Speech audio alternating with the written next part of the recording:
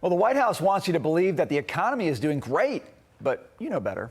Back to school shopping expected to drop for the first time in 9 years. According to Deloitte, individuals expected to spend 10% less than they did last year. Americans are cutting back on essential items like toilet paper and toothpaste because they can't pay for them. And buy now, pay later apps are more popular than ever.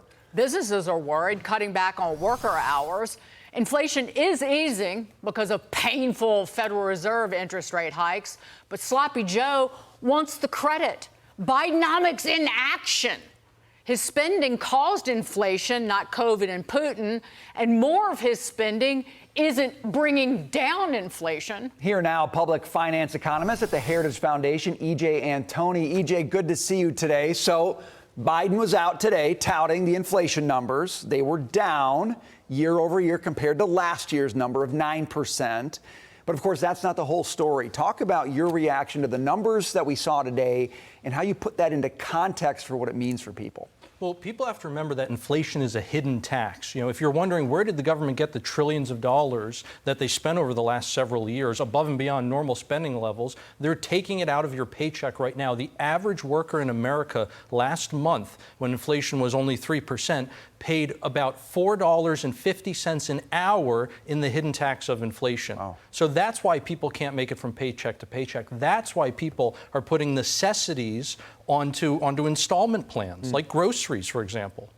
It's infuriating to listen to this claptrap coming out of these con artists in the White House. If we look at inflation, prices don't fall. We're talking about the inflation rate is lower. Yep. If you look at a chart, it looks like this of consumer prices since Biden took office. Consumer prices are up 17% since he took office. And if you look at underlying inflation, still doubled the Federal Reserve's target, thereabouts. And financial conditions, the interest rate increases have supposed to have tightened financial conditions.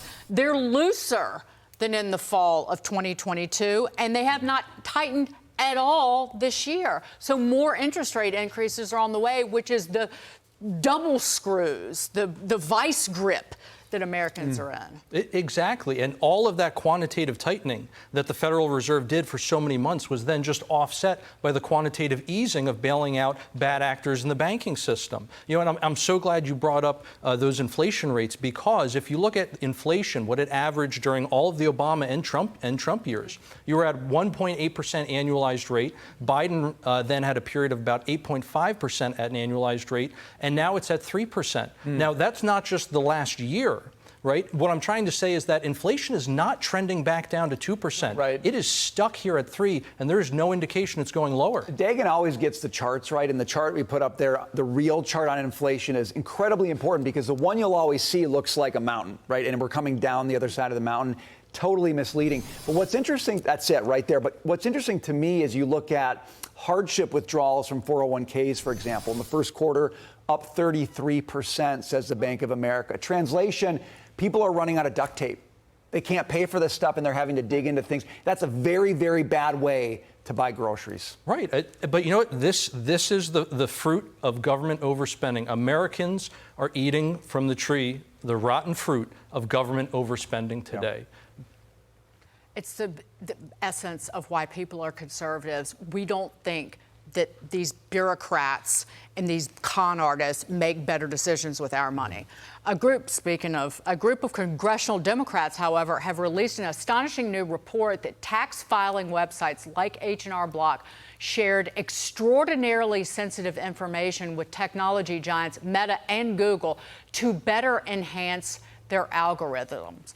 How do we stop this, EJ? It just seems like that our data, it's one thing to choose to give it to these behemoths, but to allow the IRS or an H&R Block to give it away. You know, and this is one of the reasons why so many people have been hesitant to sign up for Threads, for example, is because they know the data collection from all of these meta apps is so much worse than many other apps, things like Twitter, for example. But now they're going one step further, where you have to worry about your data being taken even without your consent. Welcome to the brave new world. And you know, when both Meta and H&R Block and others were asked about this, their answer was kind of like, we didn't really mean to do that. And oh my goodness, I can't believe that.